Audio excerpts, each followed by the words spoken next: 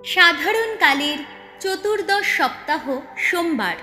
প্রথম পাঠ প্রবক্তা হোশিয়ার গ্রন্থ 2 অধ্যায়, পদ সংখ্যা 16 থেকে 17 এবং 21 থেকে 22। ধর্মভ্রষ্ট ইসরায়েলকে ভগবান আবার কাছে টেনে নেবেন, তাকে বেঁধে রাখবেন স্নেহ মমতার বন্ধনে। স্বয়ং ভগবান এই কথা বলছেন, আমি এবার আমার এই ভ্রান্ত জাতিকে বিমুগ্ধ করে মরুভূমিতেই নিয়ে যাব। সেখানে তার হৃদয়কে শোনাব কত কথা।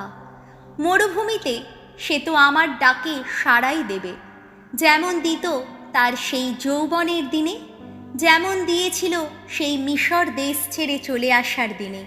ওগো ইসরায়েল, সেদিন আমি তোমাকে আমার বাগদত্তা বধূ করে তুলব, চিরদিনের মতো। আমার বাগদত্তা বধূ করে তুলব ধর্ম ও ন্যায়ের বন্ধনে, স্নেহ মমতারই বন্ধনে। তোমাকে আমার বাগদত্তা বধূ করে তুলব বিশ্বস্ততারই বন্ধনে, আর তখনই ভগবানকে চিনতে পারবে তুমি। প্রভুর বাণী। শাম সঙ্গীত ভুয়ো। ওগো ভগবান, তুমি দয়াময়, করুণা নিধান তুমি। ওগো, প্রতিদিন প্রশস্তি করব তোমার, নাম কীর্তন করব তোমার চিরদিন চিরকাল। ভগবান, আহা কত মহিয়ান, কত না বন্দনীয় তার মহত্ব, তার তো হয় না পরিমাপ। ধুয়ো। ওগো ভগবান, তুমি দয়াময়, করুণা নিধান তুমি।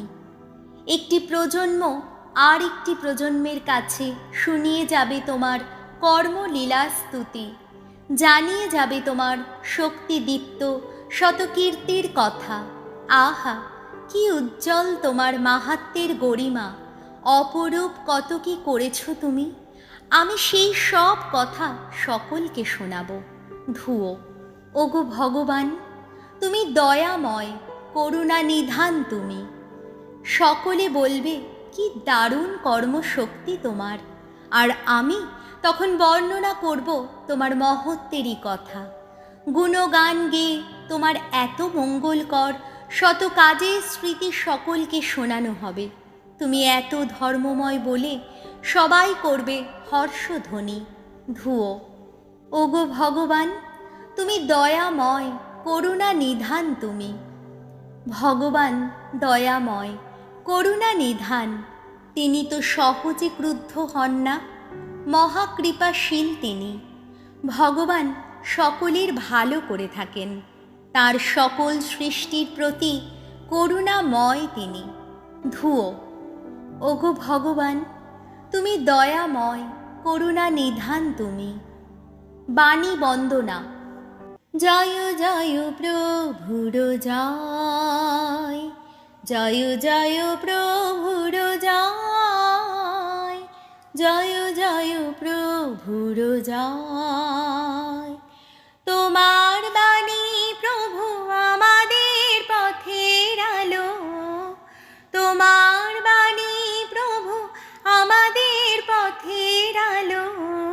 জয় জয় প্রভুর জয়, জয় জয় প্রভুর জয়, জয় জয় প্রভুর জয়।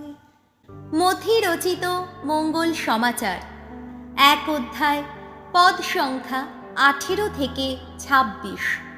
একজন স্ত্রীলোকের আশ্চর্য রোগ মুক্তি আর এক মৃত বালিকার পুনর্জীবন লাভ। একদিন যিশু উপদেশ দিচ্ছিলেন যখন, এমন সময় একজন ইহুদি সমাজনেতা তাঁর কাছে এসে প্রণত হয়ে বললেন, আমার মেয়েটি এই মাত্র মারা গেছে, আপনি এসে তার গায়ে একবার হাত রাখুন, তাহলে সে নিশ্চয়ই বেঁচে উঠবে। যিশু তখনই উঠে তার সঙ্গে চললেন, শিষ্যেরাও তাদের সঙ্গে গেলেন।